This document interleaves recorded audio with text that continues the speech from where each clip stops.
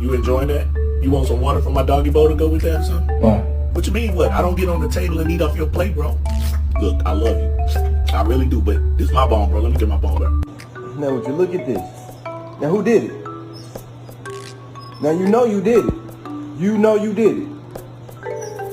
You know you in trouble, right? Now that you do that.